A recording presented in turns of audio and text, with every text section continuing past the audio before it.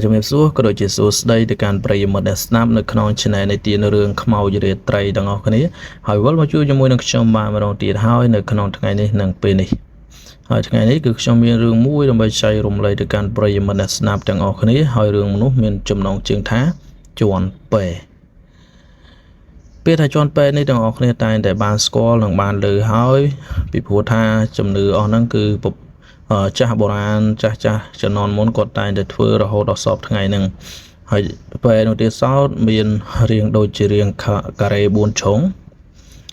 ហើយគេធ្វើសម្រាប់មនុស្សដែលមានជំងឺអ្នកឈឺធ្ងន់ពេទ្យលេងទទួលហើយនឹងអ្នកដែលពុះធំអីចឹងហើយពេលនេះទៀតសោតគេតែងតែយកទៅដាក់នៅផ្លូវបែកជា4ឬផ្លូវបែកជា3ដោយគេមានជំនឿថាពេលហ្នឹងគឺបានឧទ្ទិសទៅដល់ពួកព្រាយបិសាចខ្មោចអសុរកាយដែលពួកវាមិនអាចនឹងស៊ីបានរបស់ឡូគឺបានតែរបស់ដែលប្រឡាក់ដោយដីធូលីអីយ៉ាងទៅ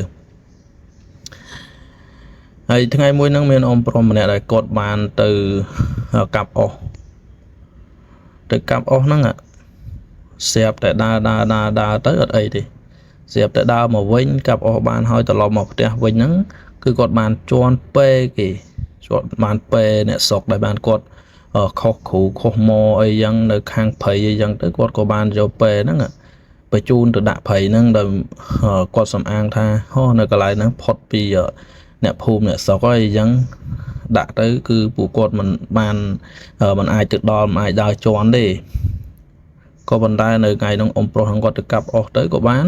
ទៅត្រឡប់មកវិញក៏បានជន់ពេហ្នឹងហើយធ្វើឲ្យគាត់នឹងមកដល់ផ្ទះវិញមានអារម្មណ៍ថាលហិតលហាយអស់កម្លាំង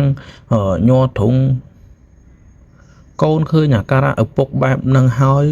មិនចាំយូរគាត់ក៏បាននាំឪពុករបស់គាត់ហ្នឹងទៅពេទ្យ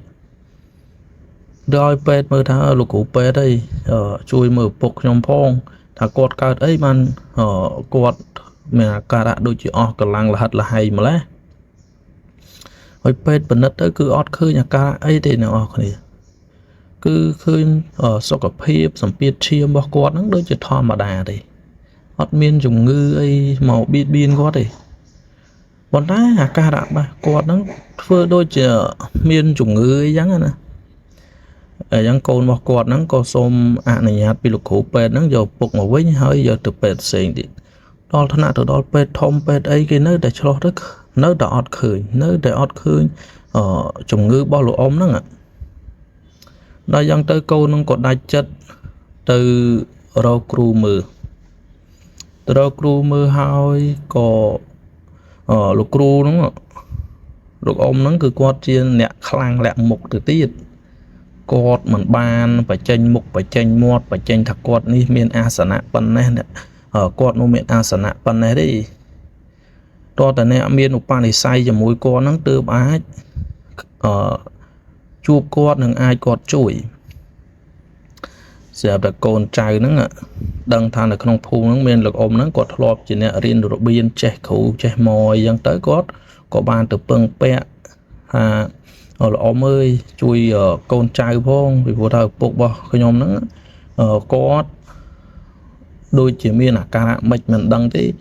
ចេះតែអស់កម្លាំងញ័រដៃញ័រជើងអីយ៉ាងទៅលោកអ៊ំហ្នឹងក៏គាត់បានតបមកវិញថាវាគ្មានស្អីវាទេអាហ្នឹងវាជន់ពេគេហ្នឹងដល់យ៉ាងទៅកូនប្រុសស្រីរបស់លោកអ៊ំហ្នឹងគឺគាត់បានសួរទៅលោកអ៊ំដែលជាគ្រូនឹងវិញថាតើអាការៈបែបហ្នឹងគួរតែព្យាបាលបែបម៉េចទៅលោកអ៊ំជួយផងកូនចៅអត់ចេះអត់ដឹងទេអាខាងនឹងនោះលោកអ៊ំដែលជាគ្រូហ្នឹងក៏ប្រាប់ថាគ្មានអីធំដុំទេមានតែមន់ឆ្កាងហើយនឹងធ្វើពេធ្វើអីសងហើយនិយាយបន់ស្រន់ឲ្យគេវិញទៅពីព្រោះថាគេខឹងហើយបានជាគេធ្វើឲ្យឪរបស់អ្នកឯងឬឪរបស់ចៅហ្នឹងមានអាការៈបែបហ្នឹងអីយ៉ាងទេកូនចៅហ្នឹងគ្រាន់តែដឹងហើយគ្រាន់តែដឹងពីវិធីសាស្ត្រហើយហ្នឹងក៏ត្រឡប់មកផ្ទះវិញហើយដោយជូននៅសគុណតិចតួចទៅដល់លោកអ៊ំដែលជាគ្រូហ្នឹងពីព្រោះថាគាត់ជាគ្រូលាក់មុខយ៉ាងគាត់មិនសូវជាទាតនិបទាថ្លៃបកគោបីប្រមាណទេ ដល់គាត់មកផ្ទះវិញគាត់ក៏បានធ្វើតាមបណ្ដាំរបស់លោកអ៊ំដែលជាគ្រូហ្នឹងមានមន់ឆ្កាងទៅមានពេមានបាយសបាយក្រហមពងមន់ពងអីលាបំណន់ហើយធ្វើមិនទេកូនចៅក៏មិនដឹងដែរបានជាមកបំពេញកន្លែងអស់លោកវាចឹងបើសិនជាកូនចៅខុសហើយសំណាយទាំងអស់ហ្នឹងសូមឧទ្ទិសទៅដល់ពពួកដែលបានខ្វះខាតស្រីឃ្លានហ្នឹងមកអញ្ជើញខ្សែផ្សោយទាំងអស់គ្នាវិញទៅហើយឲ្យកូនចៅហ្នឹងជាស្រឡះបាត់ពីជំងឺដង្កាត់ហ្នឹងទៅបនស្រន់ហើយនឹងឪពុករបស់គាត់ហ្នឹងមានអាការៈធម្មតាវិញដូចជាមនុស្សម្នាដែលគេជាអត់មានឈឺអីចឹងណាស្រាប់តែជាផ្លេតភ្លាមតែម្ដងហើយយ៉ាងទេក្នុងន័យនេះខ្ញុំចង់បញ្ជាក់ដល់អ្នកគ្នាថាអបិយជំនឿដែលខ្មែរយើងតែងតែមានហ្នឹងវាតែងតែបានផលអីយ៉ាងដែរដូចចាស់គាត់ថាគុំផ្សំអាយុណាក្នុងរឿងហ្នឹងគឺបែបហ្នឹងมันមានន័យញុះញង់ឲ្យអ្នកគ្នាជឿទៅលើអបិយជំនឿពេកនោះទេប៉ុន្តែយើងជឿដោយការពិចារណាឲ្យបានខ្ពស់បំផុត